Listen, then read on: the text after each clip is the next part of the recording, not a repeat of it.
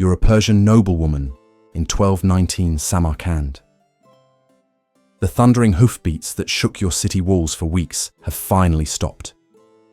Your husband, a decorated cavalry commander, rode out with the city's defenders 3 days ago. He never returned. Now Mongol warriors are dragging you from your burning palace, and you're about to discover that your husband's death on the battlefield was a mercy compared to what awaits you. For over a century, the Mongol Empire carved a path of conquest from the steppes of Mongolia to the gates of Vienna.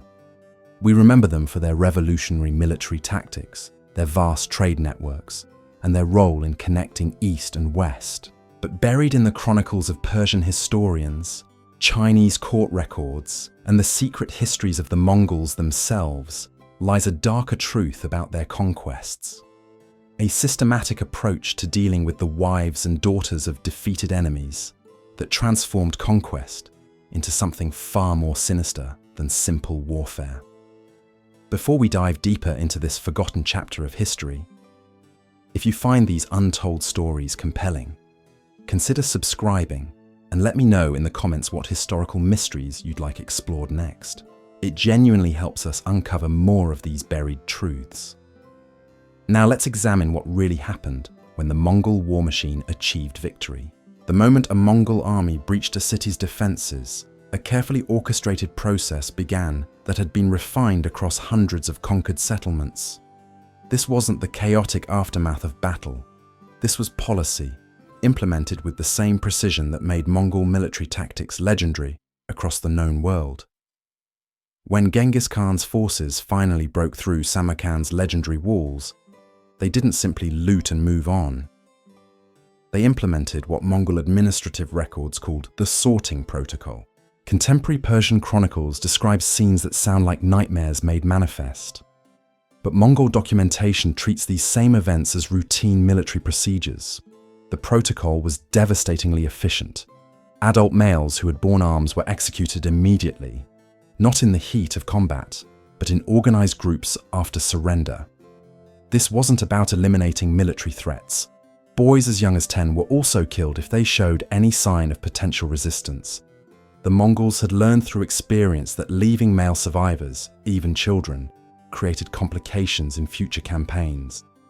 But execution was reserved for males. Women and young girls faced something that contemporary chroniclers struggled to find words for. Mongol military law, codified in documents that survive in Chinese and Persian archives, established clear procedures for what they termed population management.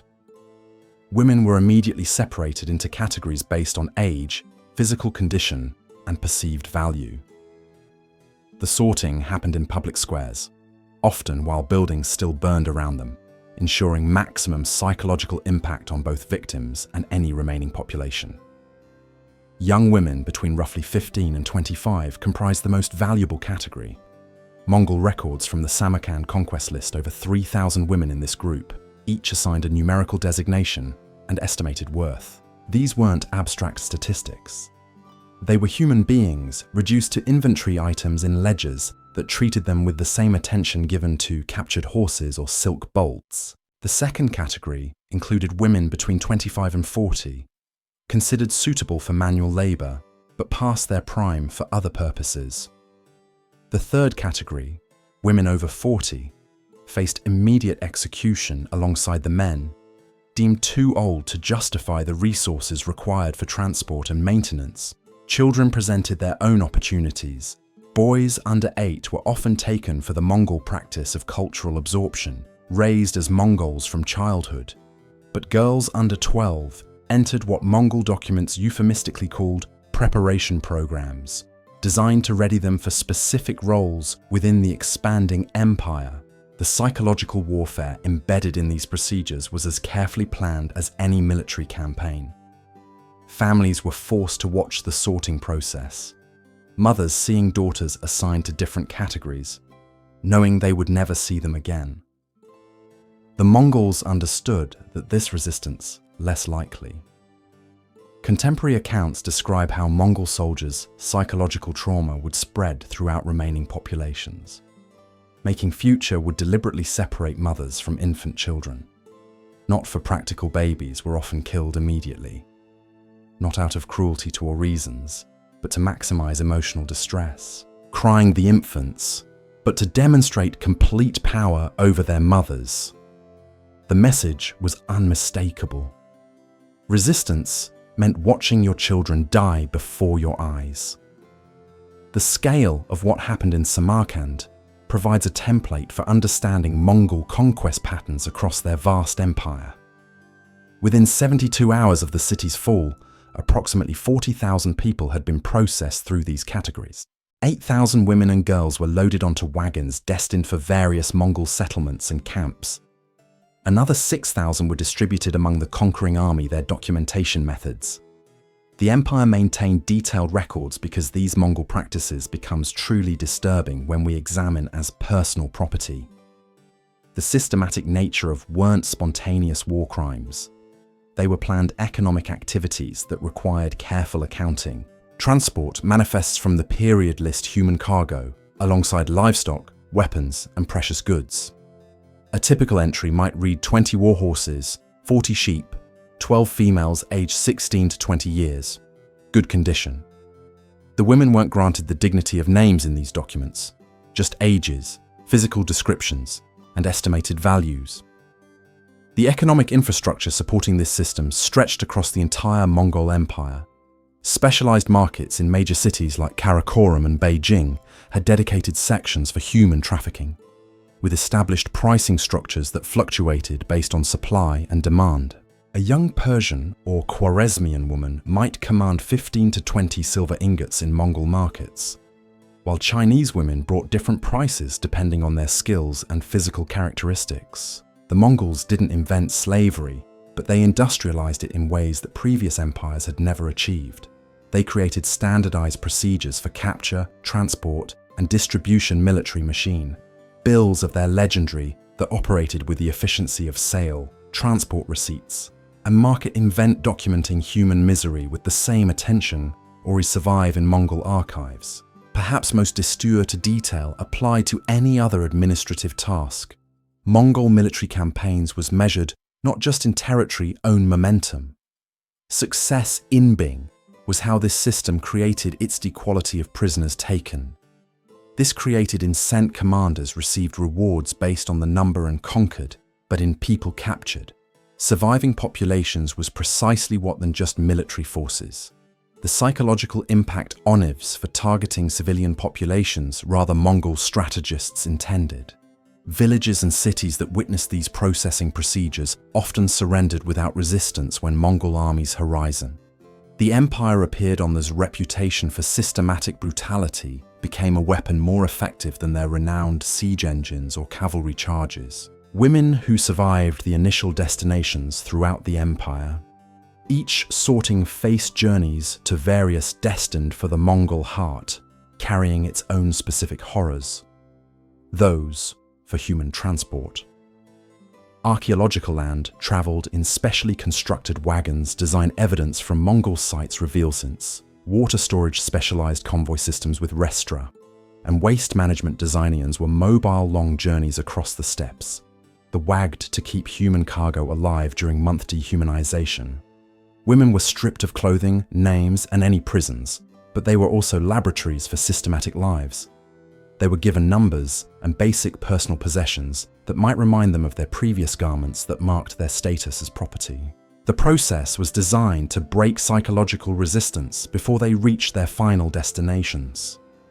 Mongol records viewed human cargo through purely percent, considered acceptable losses by administrators who indicate mortality rates during transport averaged around 20 economic calculations. Women who died during transport were simply left by ledgers alongside spoiled grain the roadside, their deaths recorded in or lame horses. The empire's approach to conquered women reveals a level of systematic planning conquest. This wasn't mindless brute that challenges conventional understanding of medievalate policy implemented across continentality or cultural misunderstanding. This was deliberate and decades, designed to transform human beings into commodities while simultaneously terrorizing entire populations into submission. But the true horror wasn't just in what happened during conquest, it was in what came afterward became integrated into Mongol imperial administration. The empire, when the systematic exploitation of women's legal framework transformed rape into marriage, murder into justice, and slavery into divine mandate. Mongol legal codes preserved in Chinese and Persian archives spell out procedures that legalized every form of exploitation imaginable. These weren't aberrations or violations of law. They were the law itself.